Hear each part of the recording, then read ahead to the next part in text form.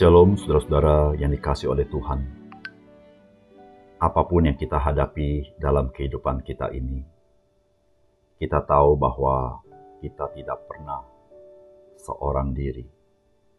Namun ada Tuhan Yesus yang berjalan bersama kita dan Dia memberikan kita kecakapan untuk kita menghadapi di dalam anugerah Tuhan.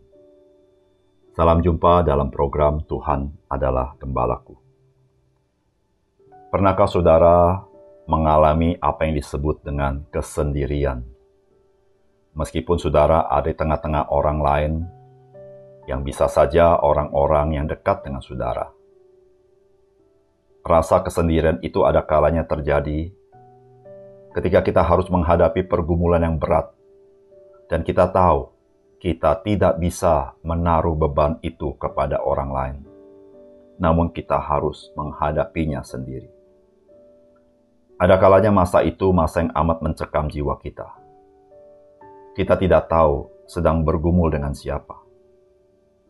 Mari kita membaca Kejadian 32 ayat 22 sampai 32. Pada malam itu Yakub bangun dan ia membawa kedua istrinya, kedua budaknya perempuan dan ke-11 anaknya dan menyeberang di tempat menyeberangan sungai Yabok. Sesudah ia menyeberangkan mereka, ia menyeberangkan juga segala miliknya. Lalu tinggallah Yakub seorang diri, dan seorang laki-laki bergulat dengan dia sampai fajar menyingsing. Ketika orang itu melihat bahwa ia tidak dapat mengalahkannya, ia memukul sendi pangkal paha Yakub, sehingga sendi pangkal paha itu terpelecok ketika ia bergulat dengan orang itu. Lalu kata orang itu, "Biarkanlah aku pergi, karena fajar telah menyingsing." Sahut Yakub, "Aku tidak akan membiarkan engkau pergi, jika engkau tidak memberkati aku." Bertanyalah orang itu kepadanya, "Siapakah namamu?" Sahutnya Yakub. Lalu kata orang itu, "Namamu tidak akan disebutkan lagi Yakub, tetapi Israel, sebab engkau telah bergumul melawan Allah dan manusia, dan engkau menang." Bertanyalah Yakub, "Katakanlah juga namamu." Tetapi sahutnya, "Mengapa engkau menanyakan namaku?" Lalu diberkatinyalah Yakub di situ. Yakub menamai tempat itu Peniel. Sebab katanya, "Aku telah melihat Allah berhadapan muka, tetapi nyawaku tertolong." Lalu tampaklah kepadanya matahari terbit, ketika ia telah melewati Peniel, dan Yakub pincang karena pangkal pahanya. Itulah sebabnya sampai sekarang orang Israel tidak memakan daging yang menutupi sendi pangkal paha, karena dia telah memukul sendi pangkal paha Yakub pada otot pangkal pahanya. Saudara yang dikasihi oleh Tuhan, saya percaya Yakub saat ini mengalami perasaan kesendirian, di mana dia sendiri harus bergumul karena ia akan berjumpa dengan kakaknya Esau. Dia tahu bahwa dia tidak bisa berbagi pergumulan ini dengan orang lain. Maka di ayat 22 dikatakan, pada malam itu Yakub bangun dan ia membawa kedua istrinya, kedua budaknya, perempuan dan ke-11 anaknya, dan menyeberang di tempat penyeberangan sungai Yabok. Sesudah itu, ia menyeberangkan mereka, ia menyeberangkan juga segala miliknya, lalu tinggallah Yakub seorang diri. Apakah pesan firman Tuhan bagi kita dari bagian firman Tuhan ini? Yang pertama-tama, dalam pergumulan kita tidak pernah sendiri. Karena Tuhan ada bersama dengan kita. Yakub tidak bergumul seorang diri. Alkitab mencatat di ayat 24, "Lalu tinggallah Yakub seorang diri, dan seorang laki-laki bergulat dengan dia sampai fajar menyingsing." Dan seorang laki-laki itu adalah Tuhan yang menampakkan diri secara antropomorfis. Dialah yang biasa menampakkan diri.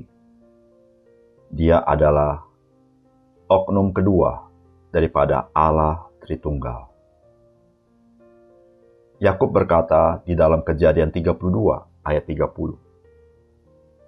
Yakub menamai tempat itu Peniel, sebab katanya, "Aku telah melihat Allah berhadapan muka, tetapi nyawaku tertolong." Yakub berpikir, ia ditinggal seorang diri dan tidak ada yang bergumul bersama dengan dia.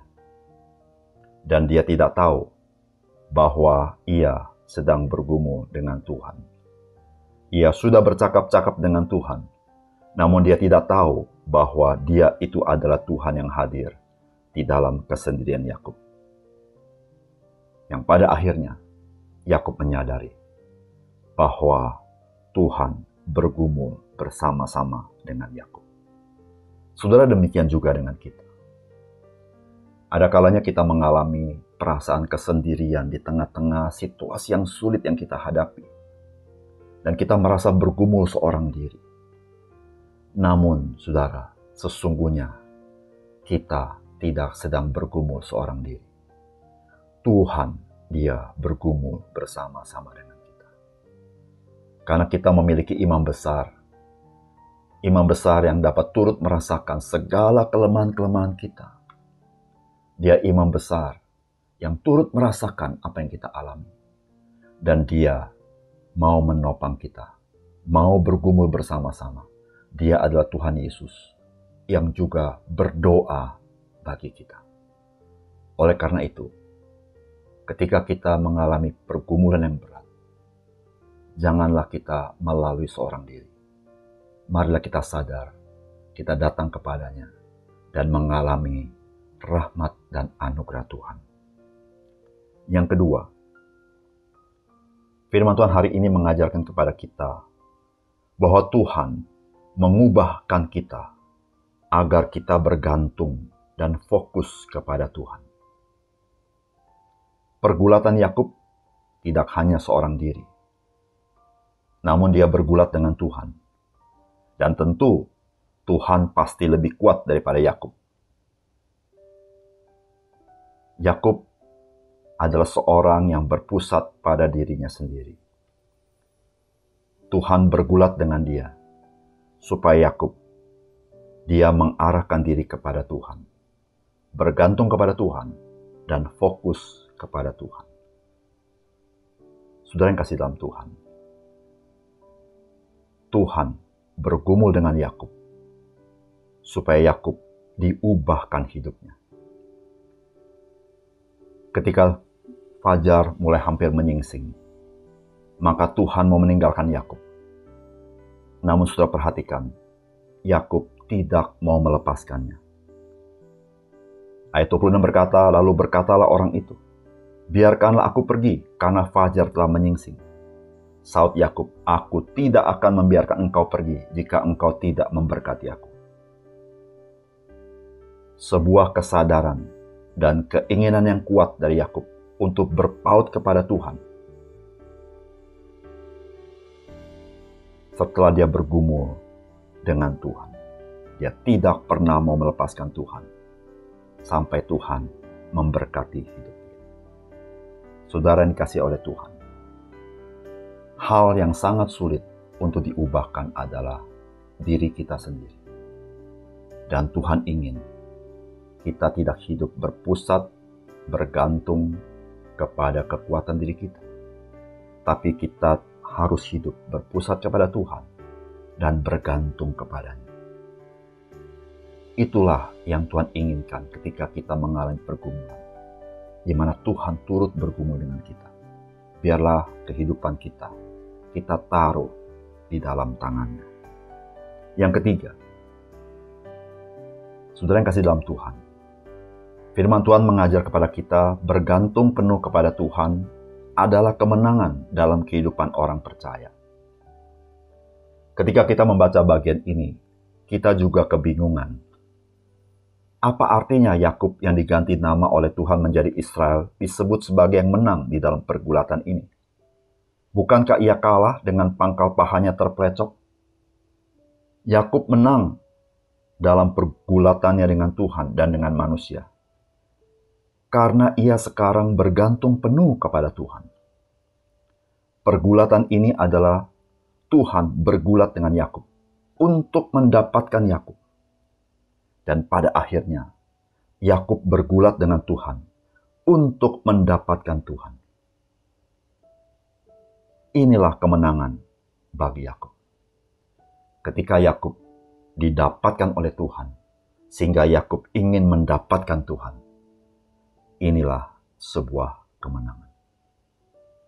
Saudara yang kasih dalam Tuhan, kesadaran untuk kita mendapatkan Tuhan barulah terjadi ketika Tuhan mendapatkan kita.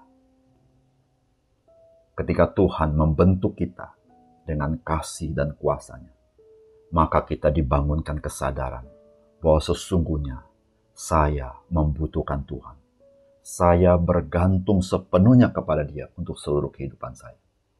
Maka pada saat itu, sebagai orang percaya yang sedang bergumul, kita menjadi orang-orang yang menang di dalam Tuhan. Kemenangan itu didapat ketika kita menundukkan diri di bawah kasih dan kuasa Tuhan. Saudara, maukah engkau menjadi orang percaya yang menang di dalam Tuhan? Mari kita berdoa. Bapa surga, terima kasih untuk kebenaran firman-Mu. Biar Engkau memeteraikan firman-Mu di dalam hati kami, supaya kami boleh dikuatkan oleh firman-Mu. Karena kami tidak pernah bergumul sendiri. Tuhan bergumul bersama kami. Bahkan ya Tuhan bergumul bersama kami supaya kami fokus kepada Engkau. Kami bukan fokus kepada pergumulan kami, tapi fokus kepada Tuhan. Kami bukan bergantung kepada pergumulan kami, tapi kami bergantung kepada Tuhan. Karena Tuhanlah yang mengatasi semuanya itu. Tuhan, terima kasih. Karena dalam seluruh pergumulan kami, sesungguhnya Tuhan ingin mendapatkan kami. Dan biarlah kami punya kesadaran supaya kami juga ingin mendapatkan Tuhan. Karena disitulah Tuhan, kami menjadi orang-orang yang menang di dalam kehidupan kami. Terima kasih untuk firman-Mu, kuatkan kami. Supaya apa yang kami dengar hari ini sungguh menguatkan kami untuk hidup bagi Tuhan. Terima kasih Tuhan. Dalam nama Tuhan Yesus kami berdoa. Amin.